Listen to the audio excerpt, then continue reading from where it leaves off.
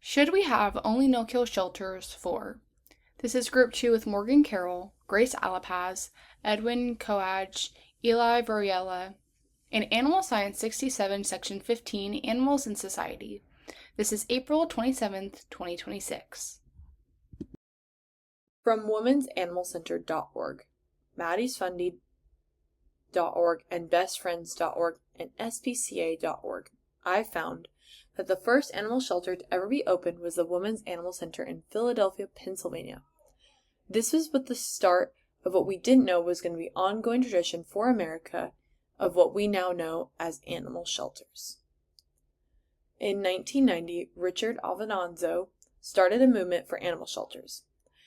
He was the SPCA president in San Francisco at the time, but he wanted to change what had always been. He didn't want any healthy dog or cat or animal for that matter to be put down because they were unwanted or abandoned by their previous family. This is all because of the reaction he had with the standard operating procedure that most humane societies at this time had, which equaled death for most of the animals that came into their care. This was mostly a tax-supported animal control services that had to kill stray or abandoned animals because there was nowhere for them to be put. Today in the U.S., 2 out of 3, which is 66.67%, are no-kill shelters, meaning they do not kill because of unwanted or abandoned animals. 33.3% are still kill shelters, meaning when they don't have the space available, they do euthanize animals who would not be normally euthanized otherwise. In 2024, 5.8 million dogs and cats entered shelters, and 4.2 of those were adopted into loving, happy families. The rest, 607,000, were euthanized, just because they were not wanted, there was no space for them to go. And this number right here is the number that Richard Avanzo wanted to change in the early 1990s. And lastly, I would like to add that the history of animal shelters has started from a small town, little house shelter made by a woman in a very small town to a cross-country nationally recognized organization that helps save the lives of the animals of the unwanted, abandoned, and misplaced. It's always evolving and changing to better itself, and this is one of the constantly asked questions if all the shelters should be all no-kill only. There are many ethical aspects that come into play when on the topic of no-kill shelters. One main point is that no-kill shelters focus on rehabilitation and rehoming and not directly resorting to euthanization. This is a main point in the ethical aspects. This also implements a fear-free environment for the animals living on the shelters, providing them a better quality of life. This also provides greater funding opportunities, like Best Friends Project, and this funding provides better resources and livings for these animals. No-kill also comes with an increase of volunteer retention, which, ethically, this all provides a better and well-deserved care to the animals in the shelters and on the streets. Today, no-kill shelters is a widely debated and spoken about topic. According to bestfriends.org, 2 out of 3 shelters in this country are no-kill, and since 2016, 3/4 of all U.S. shelters have been no-kill for at least an entire year. One significant piece of information is the Hayden Act, which was passed in 1998 to increase holding time for stray animals and prioritize adoption and recovery over euthanization. How, you may ask, is this relevant to current day if it was passed in 1998? But the Hayden Act has been updated within current years. For example, in 2025, it was proposed that there be an expansion of veterinary care in shelters along with requiring pet sellers to disclose the original source of their animals to provide more protection. Currently based on goodbetter.com, the states that are no-kill include Delaware and New Hampshire, and the state with the highest kill rate is Mississippi, with 18.3% of animals killed in shelters each year as of December 30th, 2025. Along with this, an important piece of information is how quickly our world's population is growing. Currently, there are 8.3 billion people, and that is only growing. This is significant as it is one of the main arguments as to why shelters should be no-kill, as we can only hold so many humans and animals, and no-kill shelters provide more room. Another topic of discussion is the animal adoption rate, which according to ASPCA, roughly 4.2 million dogs and cats were adopted in 2025, and as more animals begin to be adopted, the less shelters we have to provide room, worry about topic of euthanization. In the future, we can expect to see more discussion and legislation regarding the topic. It's expected that more states will join the no-kill movement. Why should we be for only non-kill animal shelters? I found from animalhumanesociety.org, maddiesfund.org, ebsco.com, and kqed.org. They do not euthanize old or unadopted animals. This is probably the most obvious and clear supported reason why we should be for this. Just because an animal is not a kitten, a puppy, or another baby animal does not mean it does not deserve the equal life opportunity that puppies, kittens, and any other baby animal gets.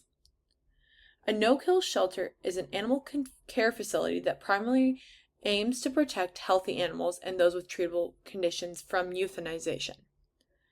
This does not mean when an animal can't be helped in their condition or is too far gone for human helping animals that they don't have to take the correct way of putting them down. This just means when there's an animal who is in perfect healthy condition but is not wanted by a family currently, that they put them down because they are not wanted. Many no-kill shelters help improve their practices by offering other things like spaying and neutering services and retentive programs to help pets in homes and stay out of shelters.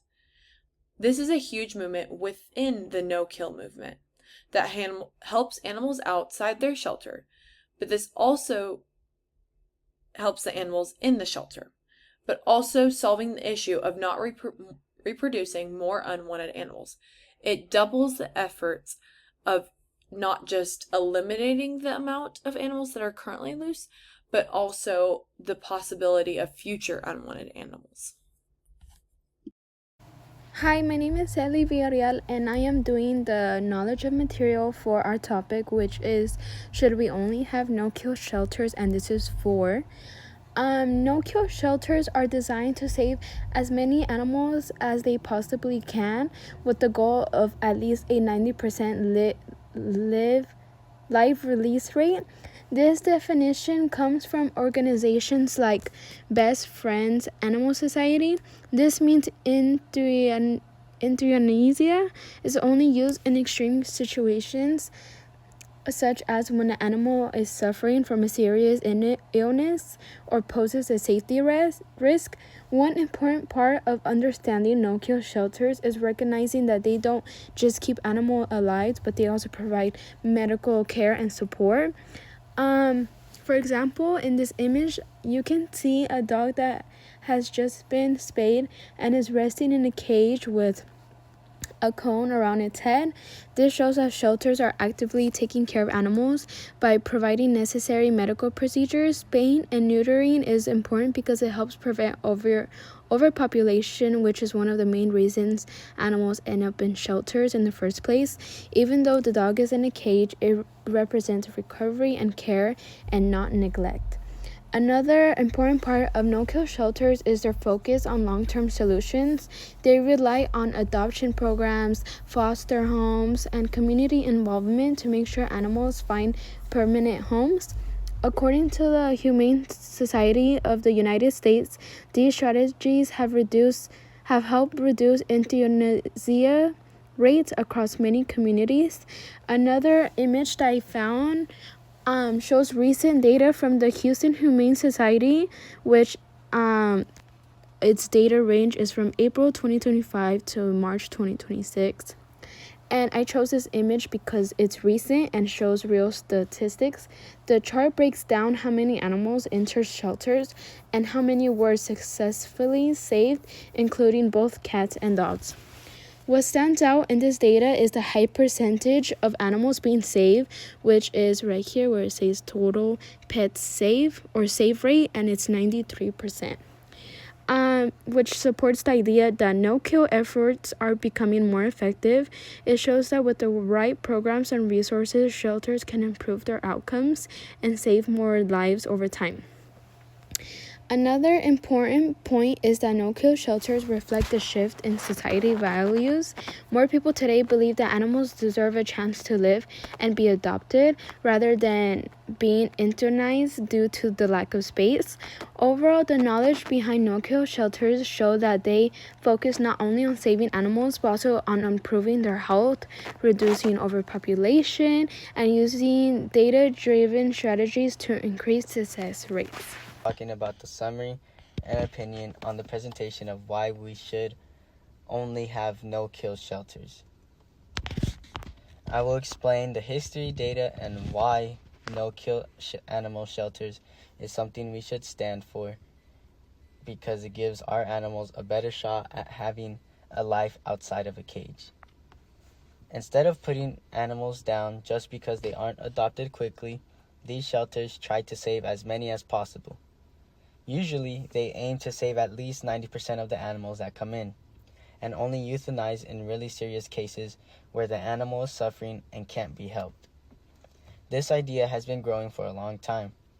The first animal shelter in the U.S. was started way back in 1869, and later on, people like Richard Avancino helped push the no-kill movement forward in the 1990s.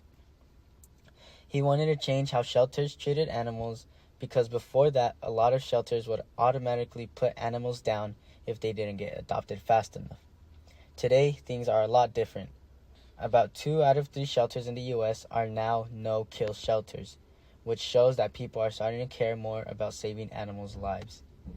Laws like the Hayden Act also helped by making shelters hold animals longer and focus more on adoption instead of euthanasia. No-kill shelters don't just keep animals alive, they also try to stop the problem from getting worse. They offer things like spay and neuter programs so animals don't have more babies that end up in shelters. They also use foster homes and adoption programs to help animals find families faster. Of course, there are some downsides. No-kill shelters can get overcrowded, and that can make it harder to take care of all the animals. They might not always have enough space, money, and supplies. That is one of the main arguments against having no-kill shelters. But in my opinion, even with those problems, no-kill shelters are still a better option. I think it's important that healthy animals, or even older ones, aren't put down just because no one picked them. Every animal deserves a chance to find a home, even if it takes just a little bit longer. Overall, I believe no-kill shelters help create a more caring and humane system for these animals. They focus on saving lives, helping animals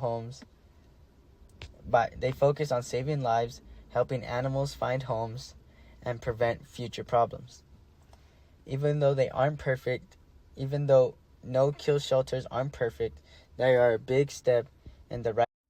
Our sources include Best Friends Animal Society, Humane Society of the United States, American Society for the Prevention of Cruelty to Animals, Dog Population and Dog Sheltering, Women's Animal Center, The History of the No-Kill Movement, Maddie's Fund, Animal Shelter Statistic Dashboard, U.S. Animal Shelter Statistics, Do No-Kill Shelters Really Benefit Animals?